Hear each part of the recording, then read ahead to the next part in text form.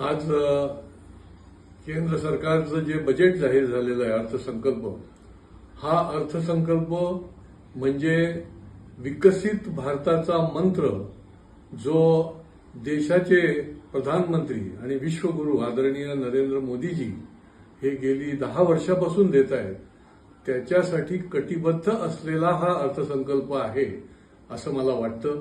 कारण की या अर्थसंकल्पामुळे विकसित भारत, उद्याचा भारत जो आहे, याला सर्व घटकांना न्याय देऊन गतिमान करणारा अशा प्रकारचा हा अर्थसंकल्प दिसतो.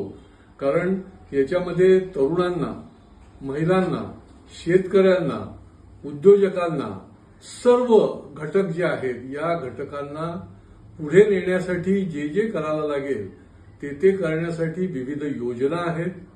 विविध प्रकारे निधीचं देखील त्या ठिकाणी व्यवस्था आहे.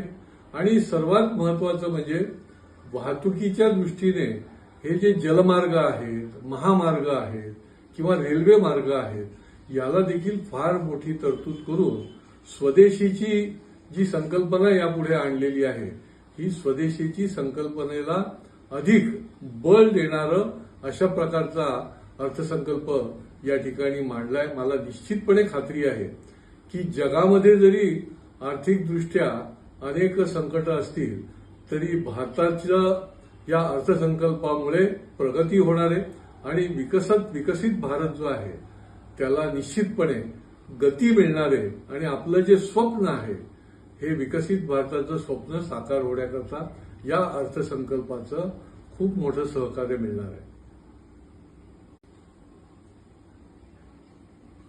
आज केंद्र सरकारचं जे बजेट जाहीर झालेलं आहे अर्थसंकल्प, हा अर्थसंकल्प म्हणजे विकसित भारताचा मंत्र जो देशाचे प्रधानमंत्री आणि विश्वगुरू आदरणीय नरेंद्र मोदीजी हे गेली 10 वर्षापासून देत आहेत, त्याच्यासाठी कटिबद्ध असलेला हा अर्थसंकल्प आहे असं मला वाटतं. कारण की या अर्थसंकल्पामुळे विकसित भारत, उद्याचा भारत जो आहे, याला सर्व घटकांना न्याय देऊन गतिमान करणारा अशा प्रकारचा हा अर्थसंकल्प दिसतो. कारण याच्यामध्ये तरुणांना, महिलांना, शेतकऱ्यांना, उद्योजकांना, सर्व घटक जे आहेत या घटकांना पुढे नेण्यासाठी जे जे करायला लागेल ते करण्यासाठी विविध योजना आहेत.